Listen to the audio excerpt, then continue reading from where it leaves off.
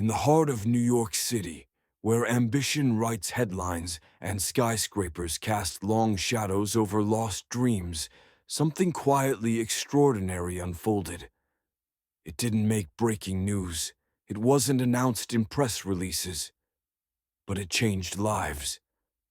James Callahan had everything society celebrates: power, prestige, an empire forged by intellect and unrelenting discipline. But here's the secret they never tell you. Even kings of concrete towers can be painfully empty inside. You see, James didn't just run a business.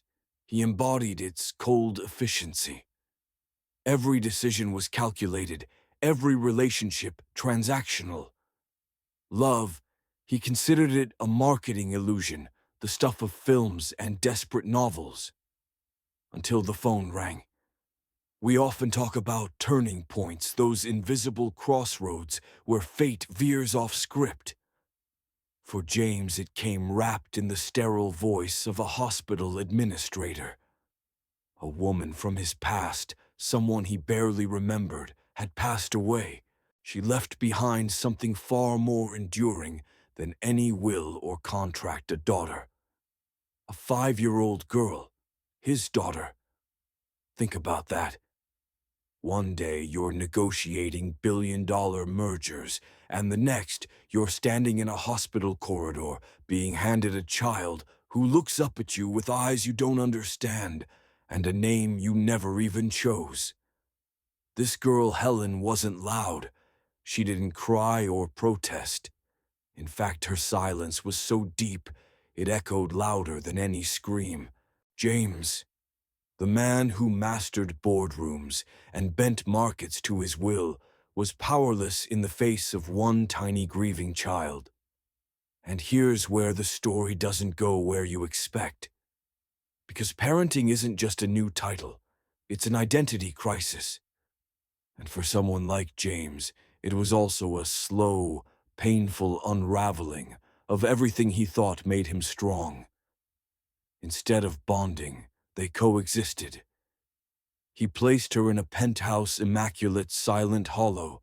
Nannies came and went.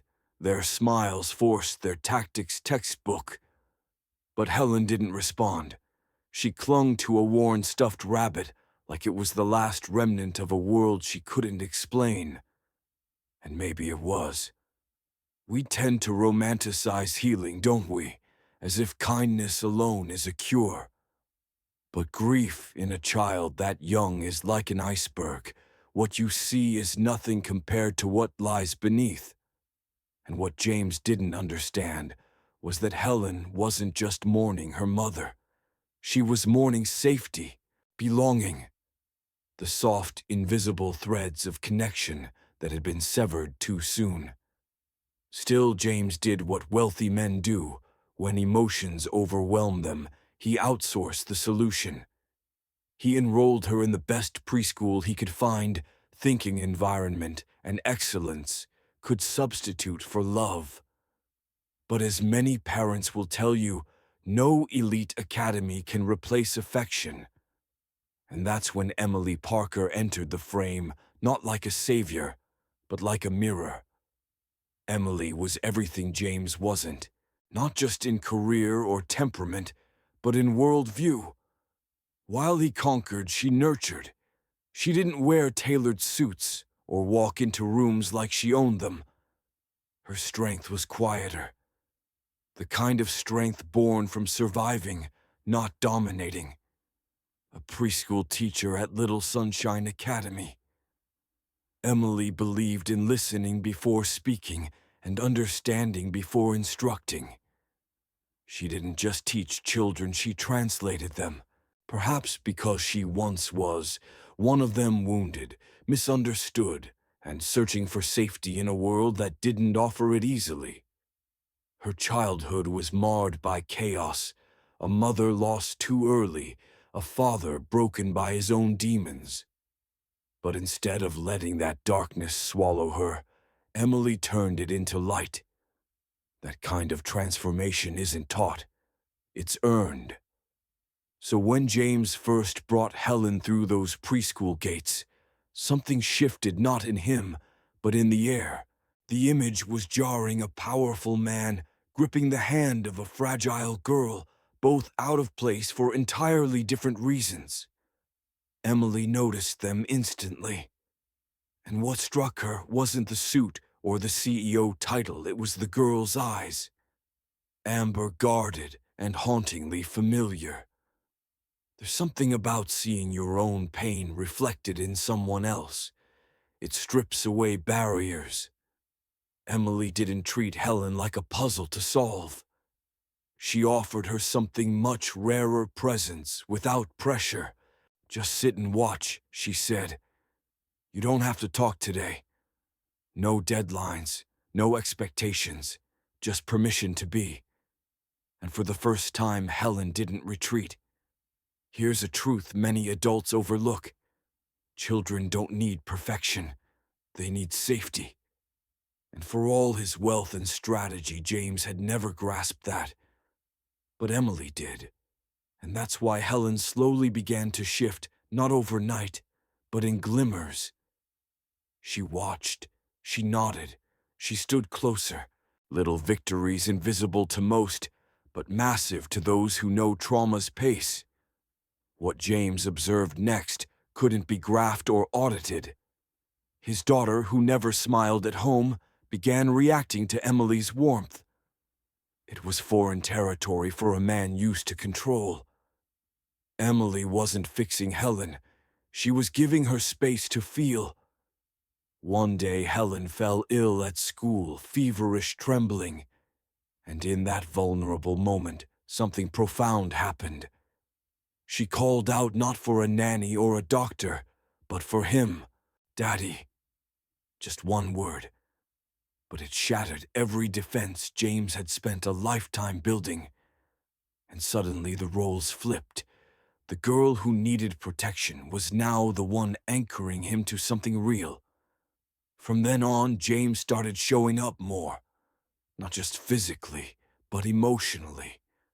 He lingered after pickups. He asked about Helen's drawings.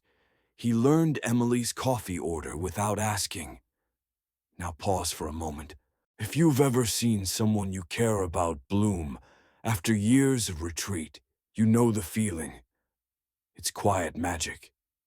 But it's also terrifying, because once you open your heart, you risk everything. James was learning that lesson slowly. But Emily, she'd learned it long ago. But with closeness comes complication. The more James appeared, the more his carefully maintained image began to crack. His presence in Emily's classroom wasn't lost on the other parents. Whispers started. Rumors swirled. In New York's elite circles, image is everything. And a CEO frequently visiting a kindergarten, especially one who had never before been seen as anything but stoic and detached, was bound to attract attention. Emily felt it before James even noticed. The stares from other teachers, the sudden shift in conversations that stopped the moment she walked into the room. At first, she ignored it. After all, her priority was Helen. But soon, even Helen was beginning to notice. Then came the headline. Nothing official. Just a viral thread on a gossip forum. CEO James Callahan seen frequently with a kindergarten teacher. Romance or scandal? That single line opened the floodgates. James was used to scrutiny, but Emily wasn't. She hadn't signed up to be part of a tabloid story. Her past wasn't full of high-profile press conferences and PR managers. She lived simply too simply for the world James came from. The final blow came when Martha Callahan, James's mother, decided to intervene. It wasn't dramatic. There was no yelling, no theatrics. Just a conversation that stung far deeper because of its elegance. "You may have a kind heart," Miss Parker Martha said, stepping out of her sleek black car outside the preschool. "But kindness doesn't buy credibility in our world. My son has a legacy to protect." Emily stood firm. "I have no interest in James's money or name." "I know," Martha replied coldly, "and that's what makes you dangerous. Sometimes the most painful wounds are those wrapped in politeness." After that encounter, Emily didn't sleep for days. She thought about Helen, about James, about herself, about what people would say, and worse, what Helen might someday hear. She made her choice. She called James to meet her after school. He arrived as always, punctual, composed, unreadable. "I think we should stop this," she said softly but firmly. "You and I, we live in different worlds." James was silent for a long time. His hands tightened at his sides. "Is this about the rumors?" "No. It's about Helen, and you, and me. I don't want to become the reason she feels torn between who she loves and what the world expects." He took a step forward. "Emily, you're not. I'm just a teacher," she interrupted. "And that's enough for me. But it'll never be enough for your world." She walked away that evening with a smile that didn't reach her eyes. It was a choice rooted in love, not bitterness. But it broke her, nonetheless. Emily resigned from Little Sunshine Academy the following week. No goodbyes, no send-off, just a quiet email and a box of belongings. She moved to a small town upstate, where no one knew her name, thinking distance might make forgetting easier. But grief, like love, doesn't follow logic. And James, he buried himself in work again, tried to silence the ache with productivity, but something had changed, something irreversible. Every time he signed a document, he thought about Emily's handwriting on Helen's drawings. Every time he sat in a boardroom, he remembered her soft voice, coaxing Helen out of silence. And then tragedy. One late afternoon, as James left a meeting, his phone rang. A hospital. Helen had been in an accident. Time slowed. When he arrived, Helen was in a hospital bed, her arm fractured, her head bandaged. She had run into the street chasing a memory, a park bench her mother once took her to. In her childlike innocence, she'd gone alone. James broke. This wasn't a boardroom mistake. This was his daughter. Flesh and blood, and he had almost lost her. In that sterile room surrounded by machines and antiseptic air, he realized all the power in the world meant nothing if he couldn't protect what truly mattered. That night he didn't sleep. Instead, he made a decision. The next morning, James called a press conference. Not about business, not about profits or shareholders. He stood before the media and spoke. "Emily Parker brought joy back into my daughter's life," he said. "She did what I could not. If anyone continues to spread false rumors about her, I will pursue legal action." A gasp rippled through the room, and then came the words no one expected. "I love her, and I won't let her go again." It was the first time James Callahan had ever spoken publicly about something personal. And he did it not to salvage a brand, but to reclaim his family.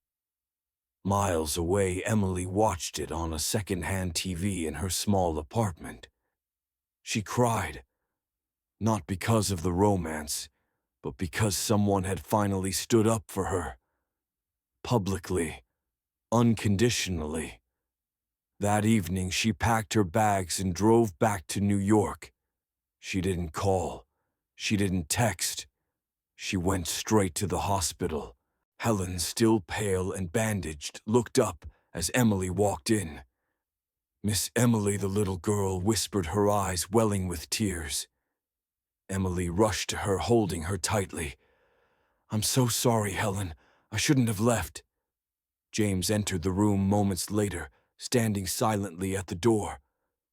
"You came back?" he asked, his voice raw. Emily turned to him. Yes, I came back.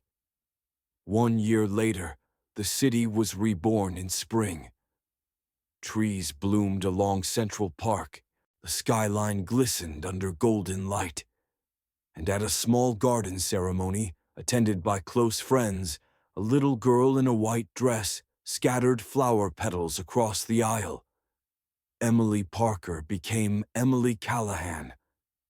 It wasn't a grand event orchestrated by publicists or designed for society pages. There were no hashtags, no headlines. Just sincerity. Two people who had earned their love the hard way through distant sacrifice, humility, and healing. James stood under a canopy of white lilies, no longer the unfeeling titan of industry. His posture was still proud, his suit still tailored, but his gaze was different. Softer, grounded, not in power but in purpose. Emily walked down the aisle with Helen holding her hand. And if you looked closely, you'd see three lives no longer orbiting each other in confusion, but finally aligned in something rare and resilient. They hadn't just found love, they'd built it. But love like this doesn't come easy, and that's the lesson we don't hear enough. Romantic narratives often glamorize the meet-cute, the sweeping gestures, the poetic endings. But the truth is, the most powerful love stories happen in the cracks between exhaustion and doubt, fear and forgiveness, grief and growth. Emily and James weren't opposites who magically balanced each other out. They were mirrors. Each had known trauma. Each had learned to protect their hearts through different means. One through emotional distance, the other through selfless giving. But both longed deep down for something safe and enduring. Helen was the bridge between their two worlds. And like many children, she didn't have the vocabulary to say what she needed. She just waited for someone to listen, to stay, to be present. That's the core of this story. We think healing requires brilliance or perfection, but most of the time it just needs patience. Take this real-life parallel in 2019. A single father named Lee from Michigan adopted a 5-year-old girl after fostering her for 2 years. She had suffered severe emotional neglect and rarely spoke. But through gentle routine, consistent presence, and an unwavering commitment to not give up, she slowly blossomed. Now she reads aloud in class, plays piano, and even teaches younger kids to ride bikes. Her story mirrors Helen's in one vital way. Someone chose not to walk away when connection seemed impossible. Emily did the same. And eventually, so did James. He didn't come in with solutions. He came back with presence, with effort. And effort, even if imperfect, creates safety. There's also a deeper commentary here about societal perception. Emily, a teacher with no financial influence or high-profile background, was ridiculed simply for being loved by someone above her class. It's a harsh reminder of how deeply classist and image-obsessed our world can be. But Emily never fought back with bitterness. She stayed grounded in who she was, and in the end that integrity became her greatest strength. James, on the other hand, had to unlearn what strength even meant. For years he thought it was stoicism, control, achievement. But the moment he stood at that press conference and defended Emily not as an asset, but as a partner, that's when he truly stepped into emotional courage. Because courage isn't just leading armies or corporations, it's choosing vulnerability over ego, presence over performance. And the story doesn't end at the wedding. Marriage, parenthood, love, these are not finish lines. They are choices made daily. In grocery aisles at 2 a.m., when a child cries, when tensions rise over something trivial. Real love isn't made in moments of beauty, but in how two people show up when things get messy. As viewers, we're tempted to root for the big moments, the confession, the return, the kiss, the vow. But the quiet scenes are what make this story unforgettable. The preschool morning routine, the whispered, "Good morning" from Helen, the coffee cup handed without a word, the gaze held a second longer than necessary. These are the building blocks of lasting love. And maybe you watching this now are in the middle of your own mess. Maybe you feel like connection is out of reach. Maybe you're the James afraid, guarded, unsure how to start. Or maybe you're the Emily quietly giving your all, unsure if anyone sees your worth. Here's what this story reminds us. It's okay to be unsure. It's okay to grow slowly. It's okay to fail at love as long as you keep showing up, learning, and trying again. Because sometimes the greatest transformation isn't found in changing who you are, but in finally letting someone see you. And sometimes that someone isn't a romantic partner, it's your child, a friend, a teacher, or even yourself. So what do we take away from James and Emily? Not that love conquers all, but that love shows up. It listens. It forgives. It takes risks even when the odds seem impossible. And when it's rooted in truth and effort, it can bridge the most unlikely divides. James Callahan, once a man who didn't believe in love, became a husband who fought for it. Emily Parker, once a woman afraid of losing everything, became someone who gained more than she ever imagined, not through ambition, but through consistency. And Helen, she found what every child deserves, not just parents, but presence. Not just protection, but peace. So if you're still searching for love, whatever form that takes, remember this. You don't need a perfect past or a polished image. You need honesty, humility, and the courage to try again. And who knows, the very thing you fear the most, connection, commitment, vulnerability, might just be the thing that sets you free. Thank you for watching. If this story moved you, please consider liking, sharing, and subscribing. Your support helps us bring more emotional storytelling to life, inspired by the challenges and triumphs we all face. Until next time, stay kind, stay open, and never stop believing in the quiet power of love.